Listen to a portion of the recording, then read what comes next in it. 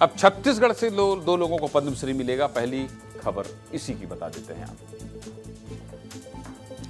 केंद्र सरकार ने पद्मश्री सम्मान की घोषणा की है, जैसे मैं मध्य प्रदेश में बता रहा था, जिसमें से 3 नाम छत्तीसगढ़ के भी हैं। 2 लोगों नहीं है, 3 लोग हैं ना। अच्छा, पति पत्नी है। अच्छा, ठीक है। पद्मश्री पाने वाले ये ऐसे गुमनाम नायक हैं जिन्होंने शोहरत और चहल पहल से दूर होकर पूरी जिंदगी जमीनी स्तर पर काम किया है। पहला सम्मान नक्सल प्रभावित क्षेत्र की रहने वाली बुधरी ताती को मिलने वाला है, जो पिछले कई सालों से अंदरूनी इलाकों में समाज सेवा की अलग जगा रही हैं। दूसरा सम्मान रामचंद्र गोडबोले और सुनीता गोडबोले को मिल रहा है। ये दोनों पति पत्नी हैं जिन्हें संयुक्त तौर पर समाज सेवा के लिए सम्मान दिया जा रहा है। सबसे पहले पद्मश्री से सम्मानित होने वाली बुधरी ताती कौन है और इन्होंने किस तरह इस सम्मान को कमाया है, इस पर बात कर लेते हैं। बुधरी ताती का जन्म 15 सितंबर 1966 को दंतेवाड़ा जिले के हिरनार में हुआ था। बुधरी ताती जनजाति समाज की पहली महिला हैं जो शिक्षा को लेकर भारत के सभी राज्य घूम चुके हैं। शुरुआत में बुधरी ताती ने छत्तीसगढ़ के अंदर कई आश्रम खोले और बच्चों को शिक्षा से जोड़ा। साथ ही इन बच्चों के खाने पीने की व्यवस्था भी की। बुधरी ताती हर रोज दूर के गांवों में पैदल भिक्षा मांगने जाया करती थी और इसी भिक्षा से आदिवासी बच्चों का पेट भरा जाता था। इसके बाद महिलाओं को सशक्त बनाने के लिए बुधरी ताती ने महिला प्रशिक्षण केंद्र खोला। इन कामों के लिए बुधरी ताती को कई अवार्डों से नवाजा गया, जिसमें छत्तीसगढ़ शासन का मिनी माता अवार्ड भी शामिल। इसके साथ ही बुधरी ताती कई बीमारियों का जड़ी बूटी से इलाज भी करती हैं। कोरोना के दौरान भी इन्होंने कई लोगों तक जरूरी स्वास्थ्य सुविधाएं पहुंचाई। महज 15 साल की उम्र से समाज सेवा में जुटी बुधरी ताती ने शादी भी नहीं की। हमारे सहयोगी रौनक सिवारे ने बुधरी ताती से खास बातचीत की। क्या कह रही हैं बुधरी, सुनिए। तो पद्मश्री अवार्ड से नवाजा जाएगा, कैसा लग रहा है, कैसा महसूस कर रहे हैं और ये सूचना आपको कैसे मिली? मुझे तो अभी लगभग 3 बजे मुझे सभी तरफ से बधाई आया है। मैंने उनको प्रश्न की कि बधाई किस लिए आ रहा है? आपको तो भारत सरकार ने चयनित किया है, पद्मश्री अवार्ड मिलने वाला है। मैं बोली आप सबके खुशी है, कोई खुशी मुझे है। मैं ऐसा लोगों को जवाब दी हूँ। मैं पहले से कुछ नहीं मालूम था, अभी खबर मिला है।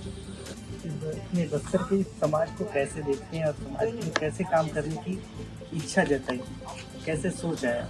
मुझे तो सबसे पहले तो मैं यहाँ 86 में यहाँ पर आई हूँ। मैं उधर से रायपुर से वापस आई, तब ने मैं हमारे समाज में देखी हूँ। हमारे समाज खोया हुआ है, बहुत दूर में बैठे रहते हैं। कोई ऐसा रहते हैं कि कभी हम जाना चाहते हैं तो हम दूर दूर भागते हैं। ऐसा समाज को मुझे अपने पास लाना, सब समाज के साथ बैठना और हमारे खुद का अधिकार दिलाना, ये हमको खुद को करना होगा। ऐसे क्षेत्र में आने के बाद हमने सबसे पहले शिक्षा का कोशिश किए, उनके पास सबसे पहले तो जाना कोशिश किए।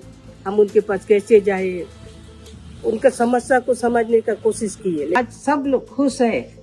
हमने 50,000 पैसा हमारे हाथ में बचा है।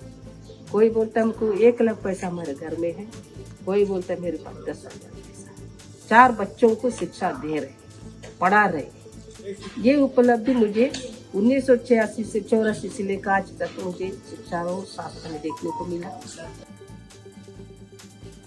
बुधरी ताती के बारे में सब कुछ आपको बता दिया। रौनक सिवारे ने सारे सवाल भी पूछ लीजिए। चलिए पूछ लिए। अब बात करते हैं पद्मश्री पाने वाले पति पत्नी की। पद्मश्री से सम्मानित होने वाले रामचंद्र गोडबोले और सुनीता गोडबोले पेशे से डॉक्टर हैं, जिन्होंने अपना जीवन आदिवासी इलाकों में बेहतर स्वास्थ्य सुविधा देने के लिए समर्पित कर दिया। बस्तर के अंदरूनी इलाकों में दोनों के कुपोषण और बाल मृत्यु दर कम करने के लिए जमीनी स्तर पर काम किया। दोनों 90 के दशक में महाराष्ट्र से छत्तीसगढ़ आए थे और अभी दंतेवाड़ा के बारसूर में रहते हैं। इन्होंने खतरे की परवाह किए बिना नक्सल प्रभावित इलाकों में जाकर कैंप खोला और 35 सालों से आदिवासी समुदाय को जरूरी इलाज मुहैया करा रहे हैं। हमारे सहयोगी लुभम ने दोनों लोगों से बातचीत की, सुनिए। बारसूर के वनवासी कल्याण आश्रम में मौजूद है और रामचंद्र गढ़बोले जी है और सुनीता गढ़बोली जी है, जिन्हें पद्मश्री सम्मान से नवाजा जाएगा। वो पद्मश्री अवार्ड से सम्मानित किया गया है। कैसा लग रहा है? बहुत आनंद लग रहा है। हमारे जीवन का ये सबसे अमूल्य क्षण है, ऐसा हम लोग समझते हैं। ऐसा आनंद और कहीं नहीं मिला था, तो बहुत अच्छा लग रहा है। और ये जनजाति समाज के जो प्रश्न हैं वो इसी माध्यम से लोगों के सामने आ जाएंगे, इसलिए हम लोगों को ये अच्छा लग रहा है कि हमारा ये सम्मान इस वनवासी समाज और ख़ास करके जो जनजाति बच्चे हैं उनके जीवन में और अलग आनंद लाएगा। 1990 मार्च में हम लोग यहाँ आए और पिछले लगभग 30-35 साल से हम लोग यहाँ बस्तर अंचल में काम कर रहे हैं। मैम पहले तो बहुत बहुत बधाई हो आपको। नमस्कार, धन्यवाद। क्या कहेंगी, आपको सम्मानित किया गया है आप लोगों को? ना बहुत अच्छा लगा और बहुत आनंद हुआ। भारत सरकार, छत्तीसगढ़ राज्य सरकार और अपना दंतेवाड़ा जिला प्रशासन, इन सब के हम आभारी है, क्योंकि उनका बार बार अनुरोध था इस पुरस्कार को स्वीकारने का। के कारण ये जो समस्या है दंतेवाड़ा या इस क्षेत्र की, पूरे दक्षिण बस्तर की ही कहेंगे तो, ये समस्याएं सब लोगों के सामने आए जा रही है, आप लोगों के माध्यम से, अलग अलग चैनलों के माध्यम से। और इसके लिए अगर बाकी जो समाज है वो अगर इसमें ध्यान दे और इस समाज के लिए अपना कुछ जीवन के कुछ काल इस काम के लिए दे, तो मुझे लगता है कि ये पुरस्कार का औचित्य उसी में ही साबित होगा। इस सम्मान पर छत्तीसगढ़ को गर्व है। पद्मश्री से सम्मानित होने वाले तीनों व्यक्तियों को बहुत बहुत बधाई और शुभकामनाएं।